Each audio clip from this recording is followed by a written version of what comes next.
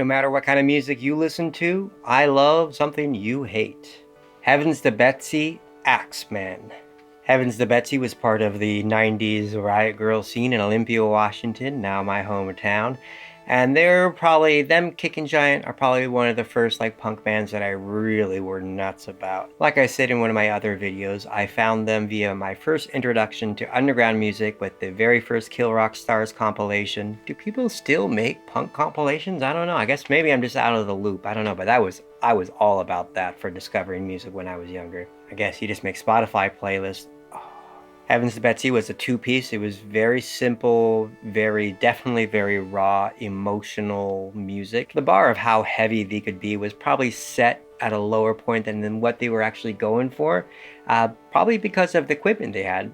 They were just like college students, and they very much were part of the riot girl, let's just start a band and not try to get good instruments or be overly skilled at our instruments. To me, that's just punk rock, but that definitely was a flavor of the riot girl movement, was being even more simple than even the punk bands were being. God bless them. Heavens to Betsy, like Kickin' Giant, is another band, another Olympia band that just did one album, calculated, one and done, and it's raw, it's simple, and it is much better than I would have thought. You know, there's some punk bands you listen to, and there's the first punk band, you're like, oh my god, this is amazing. Then you hear it 20 years after being in the scene, and you're like, wow, not so good.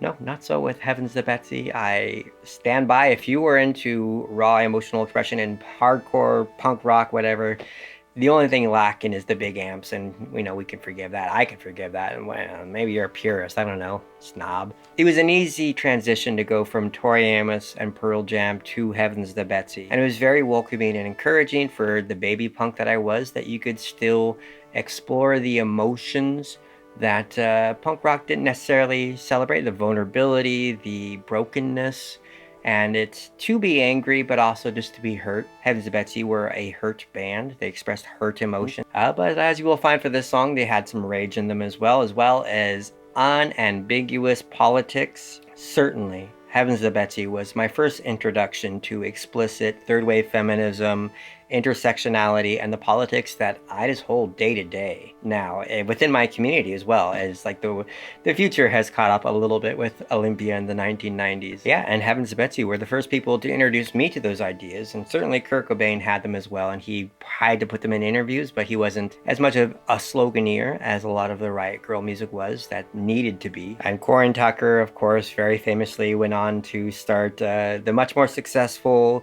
maybe better, but maybe not, in my opinion, Sleater Kinney. Sleater Kinney just recently played their 20-year anniversary show in Olympia, and because of COVID, I didn't go. Didn't even try to go, but if Heavens to Betsy did a reunion show, I would definitely be there.